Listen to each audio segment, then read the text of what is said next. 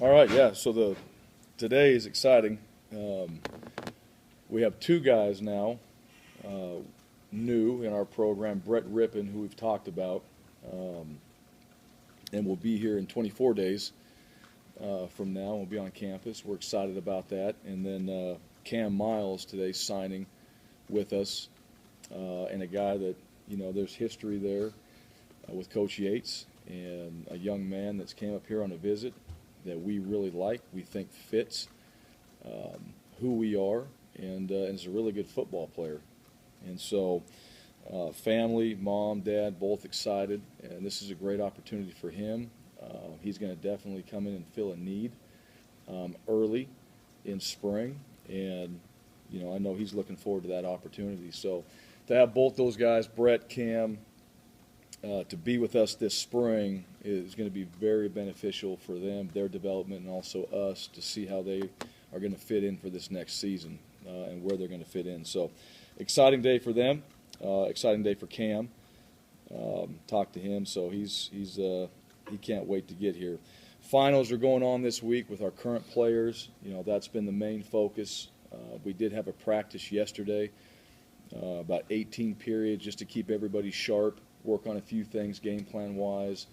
We're obviously still dabbling with a few ideas and some different things, and we'll do that again tomorrow. We'll have a practice again tomorrow, and finals are the most important thing. So if that interferes with practice, they're going to be at their finals. They do that. Those that aren't will be out there with us sharpening up, and then Saturday we'll get back into a normal week of prep. And so this Saturday we'll actually practice at Donna Larson Park, but it'll be a normal Tuesday type practice for us.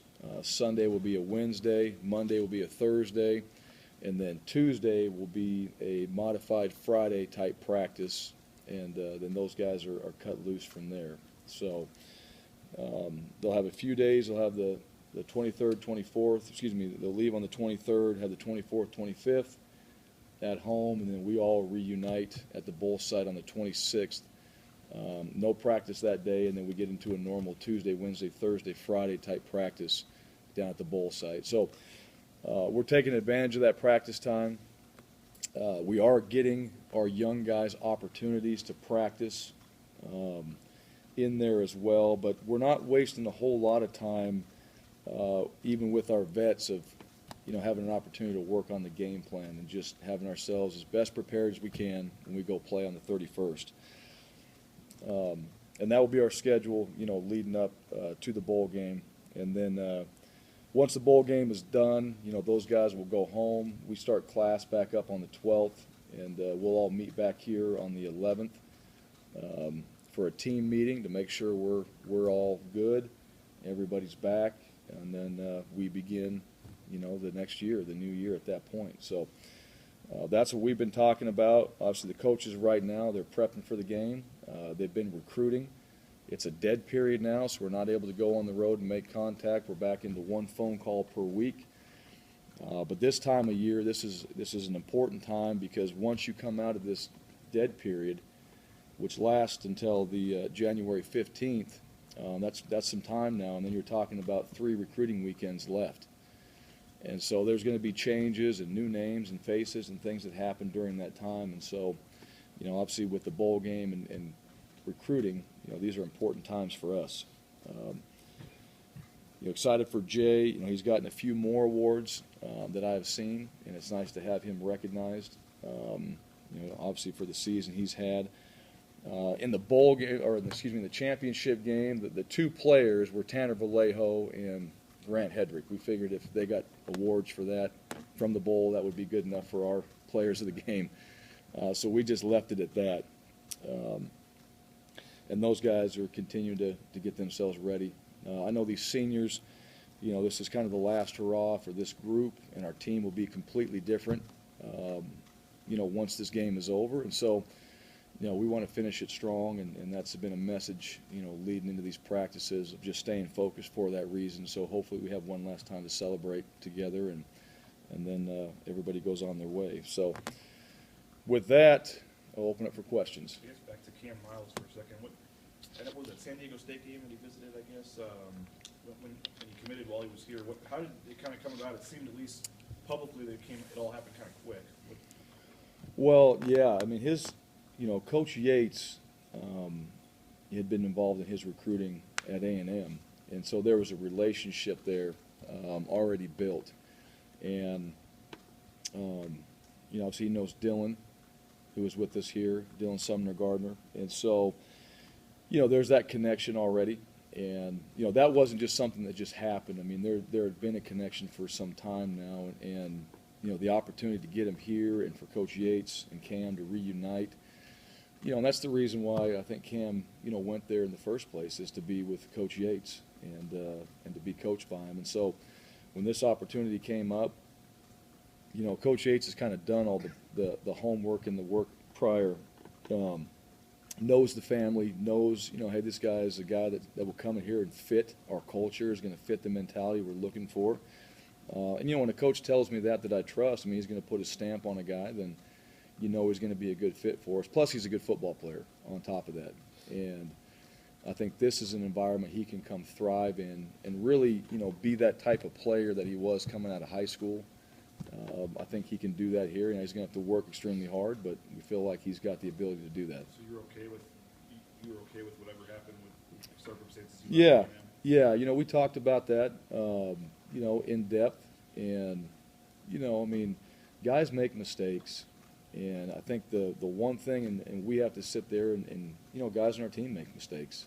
That's part of our jobs, is to look at that and decide how far it went or what the extent of the issues are, and can he come in here and can this be an environment where he can thrive and correct those issues, and can we be a staff that can do that? And we feel like we can, and we feel like we can help him out. We feel like we can help him develop, not just player-wise, but as a person.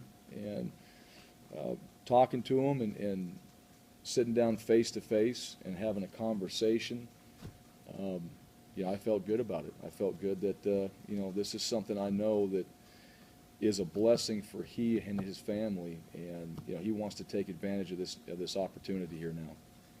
With you lost Chancellor the other day, and obviously at that position, how long is he going to be out? And, I mean, you looking at maybe not having him next season? Yeah, well, I know some of the tweets came out about him having surgery on his ACL, which that's all true. He did. He had surgery. He's had that before on the other knee, and his recovery time, I think this will be shorter than the first time. He's been through that process before, so he knows how to rehab better. He knows what to expect. So that's a 8-9 month process, until we get him back, and that's depending on what type of healer he is. DJ Harper, he was an exception. He was an extremely fast healer, and we all were like, that's not right. You know what I mean? It's how fast he came back, and he hurt his other knee, and we came back again, and he was able to play, and he was healthy, and especially at that position. So we'll find out what type of healer Chance is, on the second one. But as frustrating as it is for him, he's been very positive about it, about coming back. He knows he wants to play. He knows he can play. We know he can play. And to be honest with you, the way these surgeries are, these guys come back probably better, once they've done the program right and they've rehabbed correctly. So, we'll see what type of healer he is, but, it's a process for him now, and he's going to have to stay up, and we're loving him up. And Chance, for his outlook, he got a chance to play, and he was excited about it. He's obviously upset, but you know what? That's motivation for him now to go, okay, I was out there. I want to get back and do this again. Can you give us the rundown from Matt on down? Who isn't going to be available to play in the Fiesta Bowl? Chance will be out. The same guys that have been out. Okay. Now, Chancellor's the new one. Matt will not be in there. He'd probably tell you different. He won't be in there. Connor Peters, we expect to get back. That he'll be back in the mix.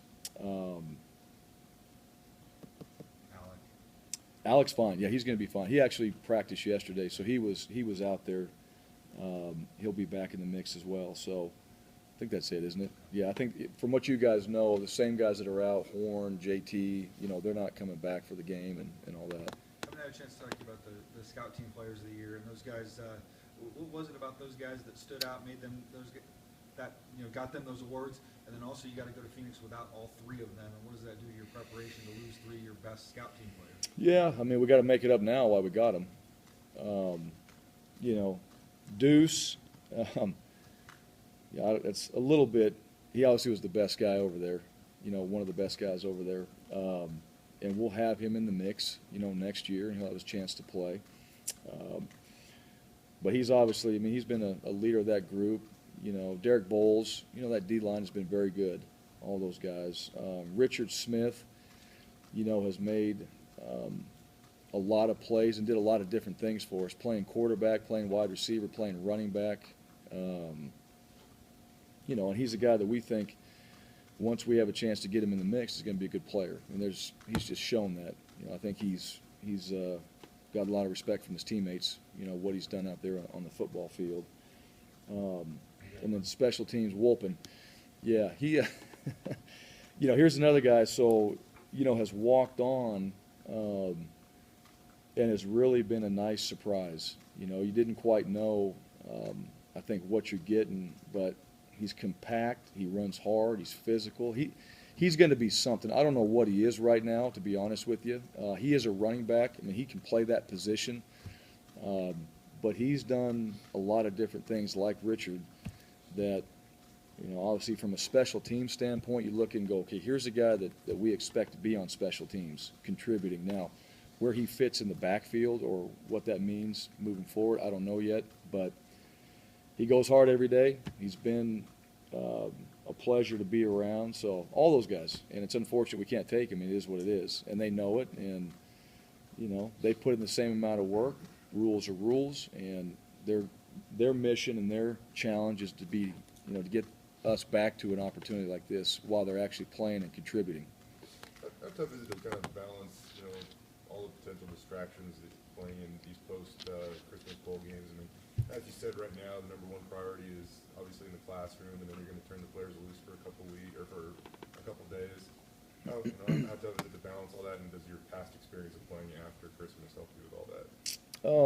Yeah, I think our schedule does. Here's the thing. I think the best thing that we do is talk about it and just say, okay, before finals and practice, guys, there's going to be a lot, but you've got to compartmentalize your day and all that. You've got this, all right, school, you got football, and then you're back into school, okay? And be here now, you know, be where your feet are. I mean, really, that's the mentality, and it's a condensed version of 1-0. I mean, just concentrate on what you're doing at that time, and then when you're not doing it, concentrate on what you have to work on after that. Yeah, there's obviously the excitement of the game. There's bowl gifts. There's a lot more media attention.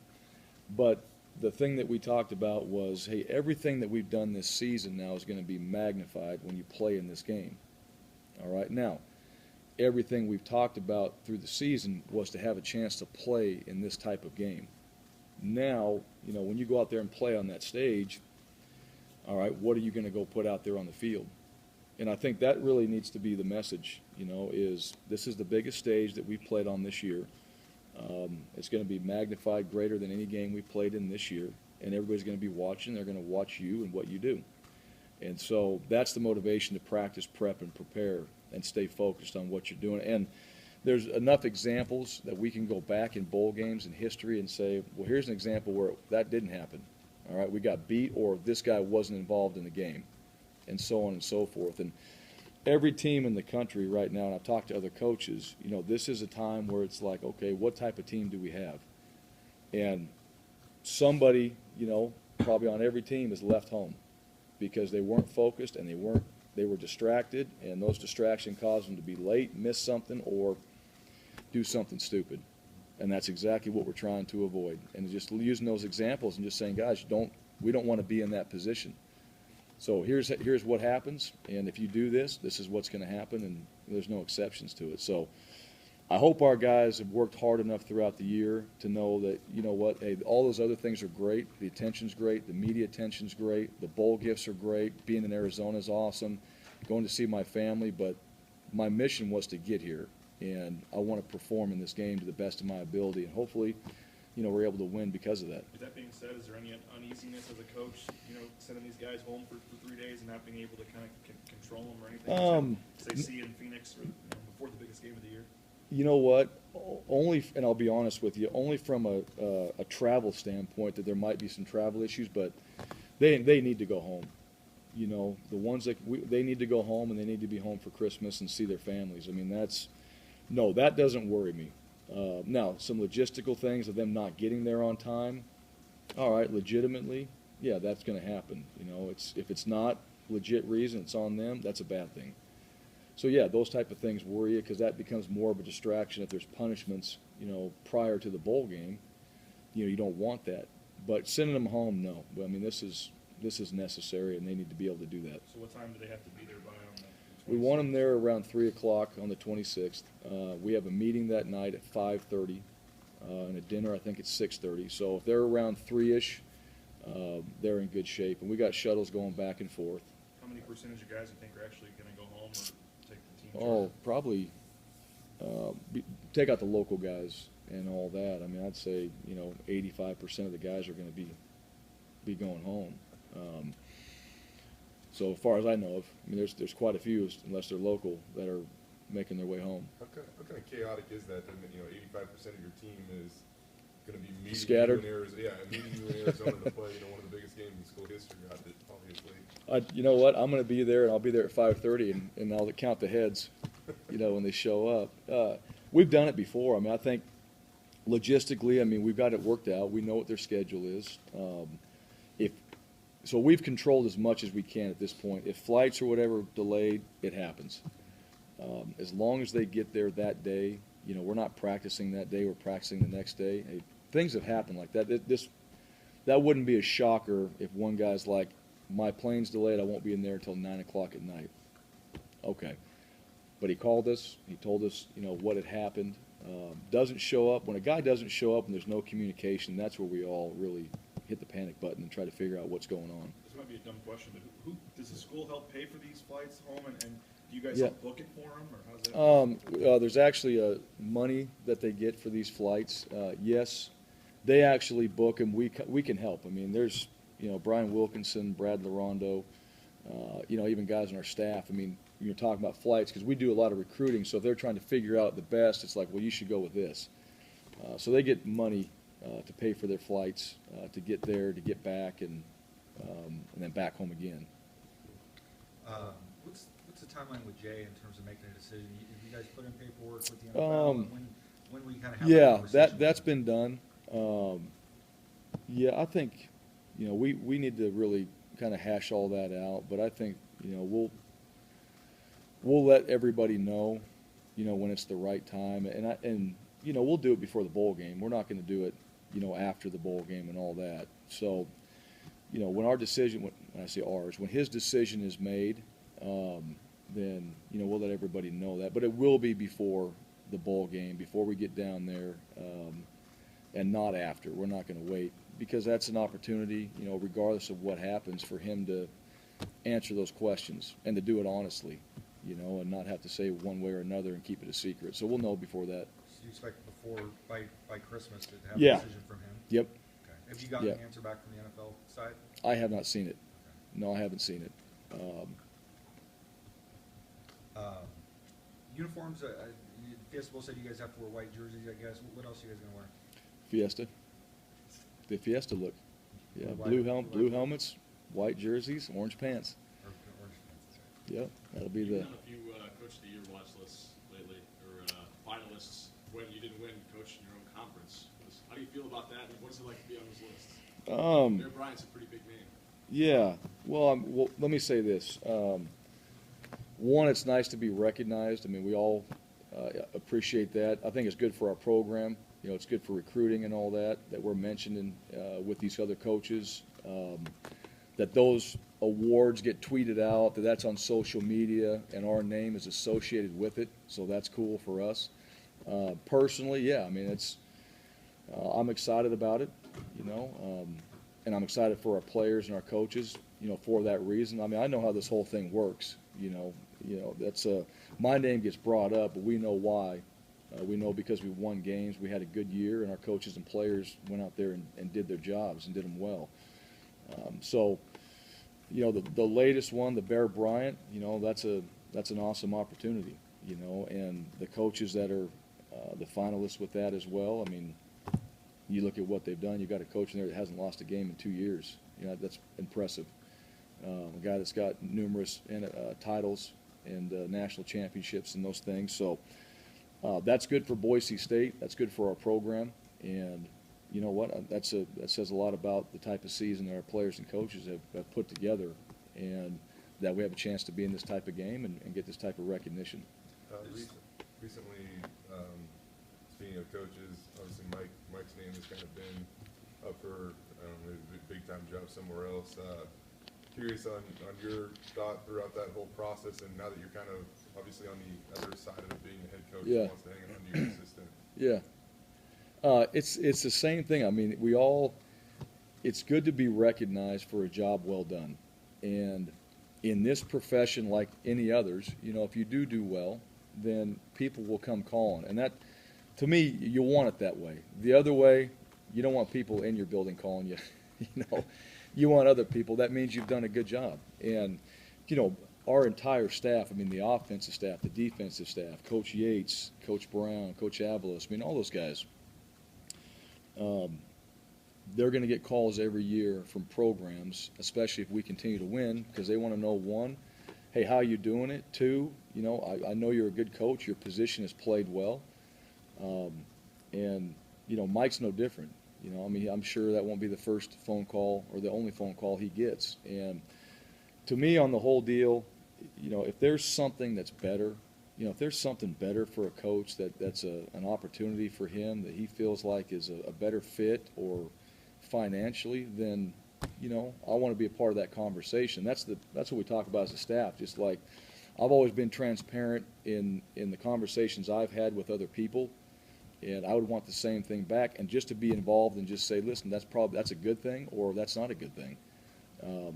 And if it is, then you know what? That's the choice that they have to make at that time. And you know, it's no different. I mean, I was in that same position, you know, to make those same type of decisions. So, but I had good advice, and I had people that talked to me, and I had people to bounce ideas off of. Because the worst thing is if you're by yourself trying to make that decision without somebody that really cares about you and giving you honest feedback.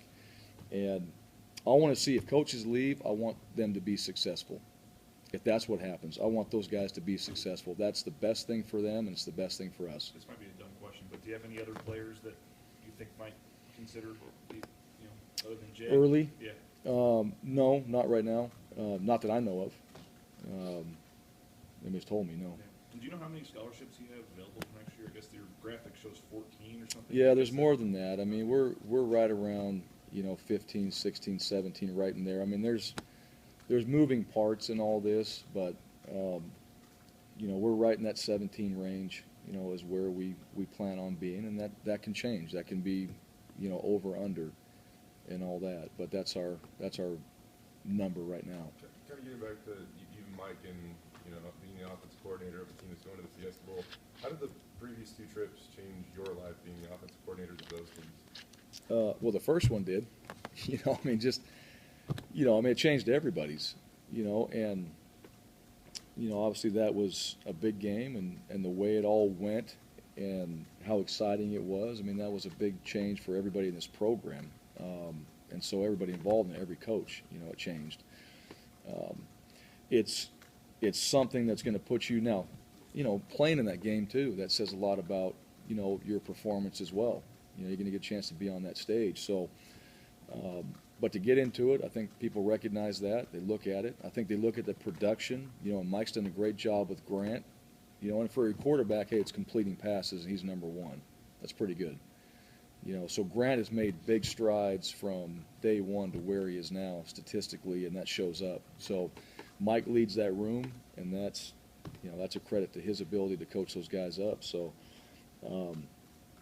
these guys will have, you know, people will call, and I think the one thing that, and even last year, I mean, in the change, there's guys that stayed and there's guys that came back from other places, you know, quote unquote. So I think it says a lot about our program.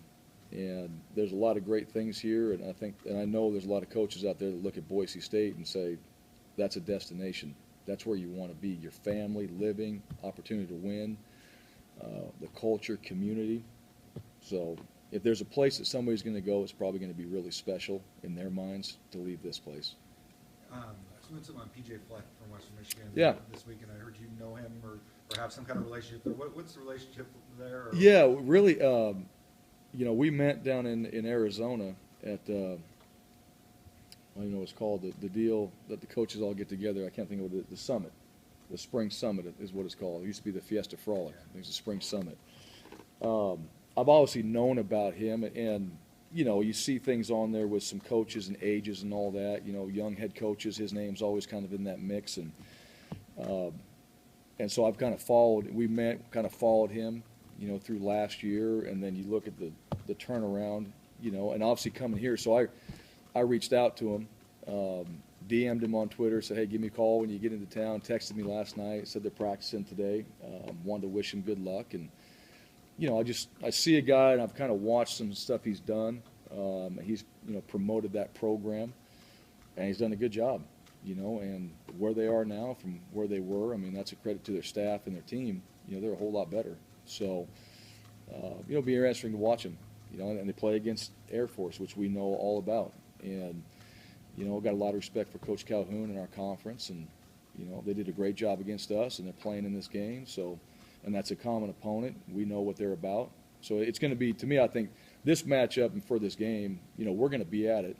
We're going to go watch it. I mean, that's going to be exciting to see these two teams play because they both had good years and two different type teams.